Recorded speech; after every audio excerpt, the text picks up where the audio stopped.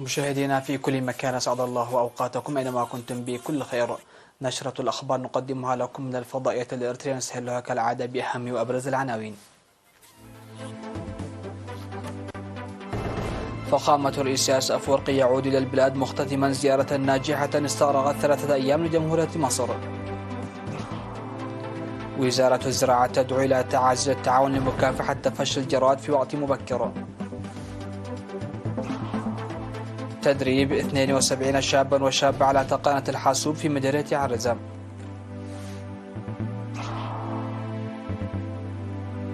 دمشق تسمح بإيصال المساعدات الأممية عبر معبر حدودي مع تركيا.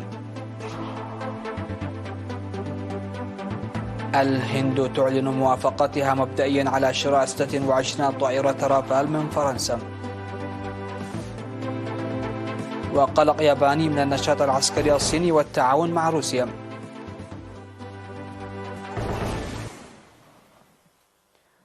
أهلا بكم. عاد فخامة الرئيس إسياس أفورقي صباح اليوم 14 من يوليو إلى البلاد مختتما زيارة ناجحة إلى جمهورية مصر العربية استغرقت 3 أيام. وأجرى فخامة الرئيس إسياس أفورقي خلال زيارته الرسمية إلى مصر محادثات بناءة مع رئيس جمهورية مصر العربية عبد الفتاح السيسي، وحضر قمة دول جوار السودان.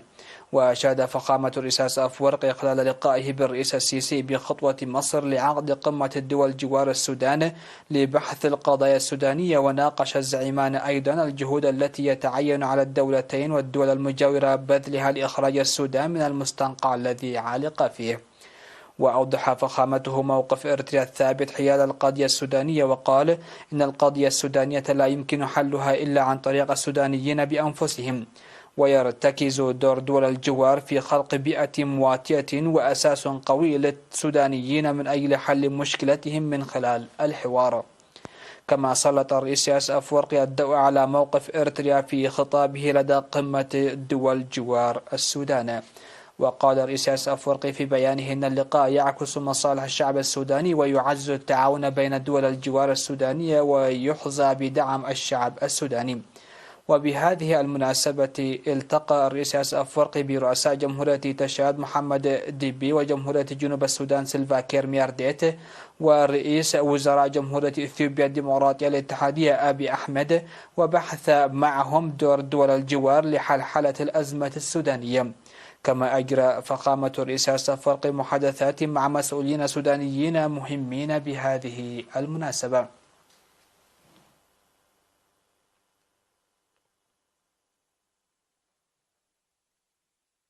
أفادت وزارة الزراعة بأن الأمطار التي بدأت في بعض المناطق خلال شهر مايو مناسبة في التوزيع وتشير إلى خريف واعد، وامتدت إلى بعض مناطق الساحل الشرقي بشكل محدود، مما خلق ذلك ظروفا مواتية لتكاثر الجراد الصحراوي. ودعت الوزارة الإدارات والشعب وقوات الدفاع إلى العمل بشكل وثيق مع الخبراء الزراعيين لمكافحة انتشار الجراد. وقالت إنه على الرغم من أن الجراد لم يصل إلى مرحلة الطيران، إلا أنه ينتشر في المرتفعات والسهول الشرقية للبلاد مستفيدا من الظروف المواتية، مشيرة إلى أنه لا شك في أن الجراد الخطير يمكن أن يتسبب في عواقب وخيمة إذا صعد إلى السهول الشرقية والمرتفعات. عقد الاتحاد الوطني للشباب وطلبة إريتريا اجتماعا في قاعة أسمرا جونيور في 11 و12 من يونيو لتقييم أنشطته في النصف الأول ووضع خطة للنصف الثاني من هذا العام. وقد قيم الاجتماع نجاح الدورات التدريبية والمهنية التي نظمت بطرق تنعش وتعزز الروح الشباب الخلاقة، وكان المهرجان العاشر لمؤسسات التعليم العالي 2023 ناجحا، بالإضافة إلى نجاح نشاطات التنظيمات ودورها الفعال في تعزيز الاتحاد، فضلا عن فعالية الدورات التدريبية والتأهيلات الجارية بالتنسيق مع الجمعيات الوطنية الشريكة في جميع المناطق، حيث تم تنفيذ 19 نوعا من التدريب المهني بشكل صحيح وبدأ تأثيرها ينعكس على الأرض، وكذلك تقديم دعم لبدء العمل في 6 مجالات مختارة. بالإضافة إلى ذلك أظهرت الأنشطة المنفذة في تعزيز تنظيم الشباب العمالي ومشاركة الشباب في التنمية وتوليد الدخل والأنشطة الإخبارية والحملات لتوعية الشباب والعلاقات الإقليمية والدولية للاتحاد التي حققت تقدما ملموسا تستحق الثناء. وبعد تقييم شامل أوصى المشاركون بضرورة دراسة عملية التوعية والتنظيم المنتظمة بين الشباب والطلاب في جميع المناطق لجعلها نوعية وفعالة. وتم الاتفاق على تعزيز المراكز ووضع الابتكار والتكنولوجيا موضع التنفيذ العملي.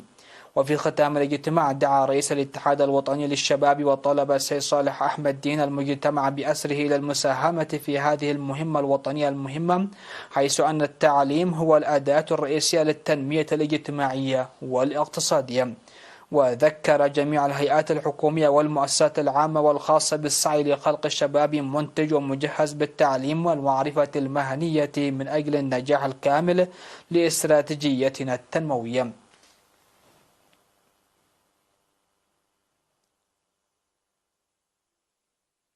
من جهة ثانية تخرج في 10 من يوليو 72 شابا بينهم 39 شابا تم تدريبهم على تقنية الكمبيوتر لمدة 3 أشهر في مديرية عرزة. وحث مسؤول الشباب في المديرية الشاب اسمه ستيفانوس خلال مراسم التخرج المتدربين على تسخير المعرفة المكتسبة في مصالحهم مدركين أهميتها. وأوضح أن الاتحاد درب في النصف الأول من هذا العام 10 سيدات في الإدارة والقيادة و28 شابا في تربية الأقران و126 شابا في التربية الاجتماعية و108 في الفيثوراري و93 بالورود الحمر. قال سكرتير الجبهة الشعبية الديمقراطية والعدالة في المديرية الشاب نجوسك براب إن الاتحاد يقدم مساهمة كبيرة في تخريج شباب مبني على المعرفة، داعيا الآباء لجعل أبنائهم يستفيدون من الدورات التي يوفرها الاتحاد.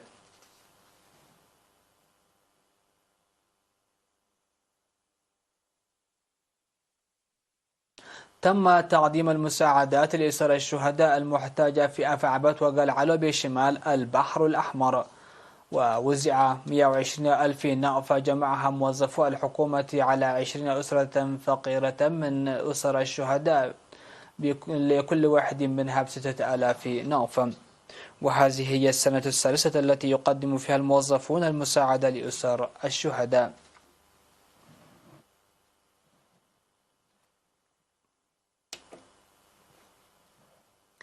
نشرتنا لا زالت مستمرة من الفضائية الإريترية، لكن بعد الفاصل.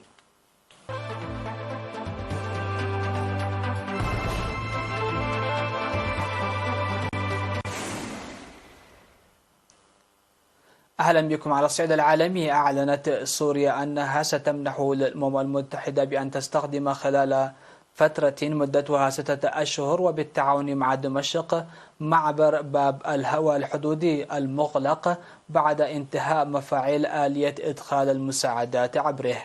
وبعد أن بعث رسالة في هذا الشأن إلى الأمين العام للأمم المتحدة أنطونيو غوتيريز، قال المندوب السوري لدى المنظمة الدولية بسام صباغ للصحافة إن دمشق اتخذت القرار السيادي بالسماح للأمم المتحدة ووكالاتها المختصة باستخدام معبر باب الهوى، وذلك لإدخال المساعدة الإنسانية للمدنيين المحتاجين إليها في شمال غرب سوريا.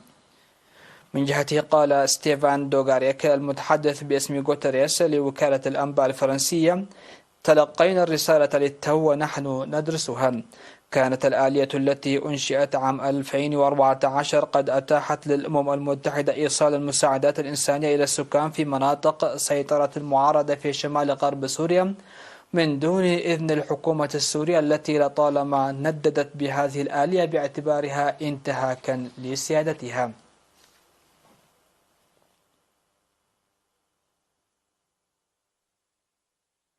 وافقت الهند مبدئيا على شراء 26 طائرة رافال و3 غواصات سكورين من فرنسا بالتزامن مع زيارة رئيس وزرائها ناريندرا مودي إلى باريس، حيث اختاره ماكرون ضيف شرف لاحتفالات العيد الوطني. ونظم العرض العسكري التقليدي بمناسبة العيد الوطني الفرنسي في باريس على جادة الشانزليزيه بحضور الرئيس إيمانويل ماكرون وضيف الشرف رئيس الوزراء الهندي ناريندرا مودي وسط إجراءات أمنية مشددة. تحتفل باريس ونيو دلهي هذه السنة بالذكرى 25 لشراكتهما الاستراتيجية التي تطمح فرنسا إلى تعزيزها لتأكيد حضورها في منطقة آسيا المحيط الهادي.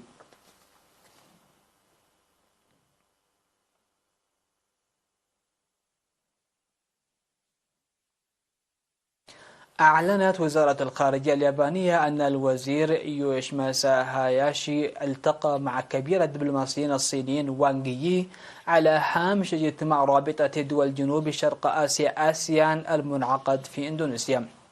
وعبر الوزير الياباني خلال اللقاء عن قلق بلاده الكبير بشأن النشاط العسكري الصيني المتزايد في محيط اليابان، بالإضافة إلى التعاون العسكري الصيني مع روسيا. وتطرق اللقاء أيضا إلى خطة اليابان لتصريف المياه من محطة فوكوشيما النووية المعطلة والتي تحتوي على آثار من التريتيوم بعد ما أصبحت الصين من أشد المنتقدين لها. وأكد وزير الخارجية الياباني استعداد طوكيو للتواصل من وجهة نظر علمية بشأن هذا الموضوع. وتوترت العلاقات بين البلدين مع إصرار الصين على طموحاتها البحرية في المنطقة وعلى خلفية قضية تصريف المياه من محطة فوكوشيما.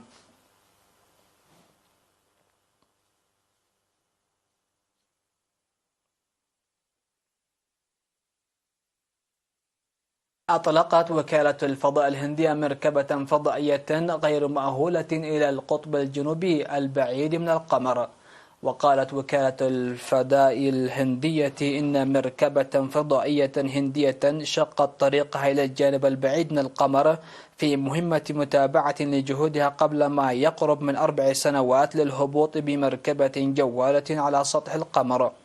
وأقلعت المركبة من منصة الإطلاق في سريهاريكونا جنوب الهند بمركبة مدارية ومركبة هبوط ومركبة جوالة في عرض لتكنولوجيا الفضاء الناشئة في الهند. ومن المقرر أن تبدأ المركبة الفضائية رحلة تستغرق أكثر من شهر بقليل قبل أن تهبط على سطح القمر في وقت لاحق في أغسطس.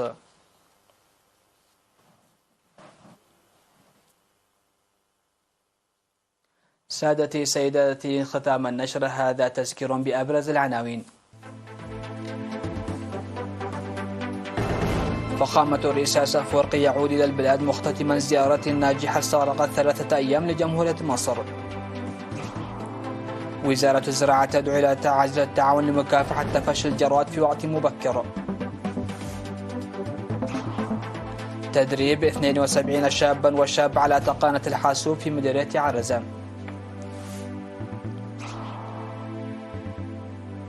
دمشق تسمح بإيصال المساعدات الأممية عبر معبر حدودي مع تركيا.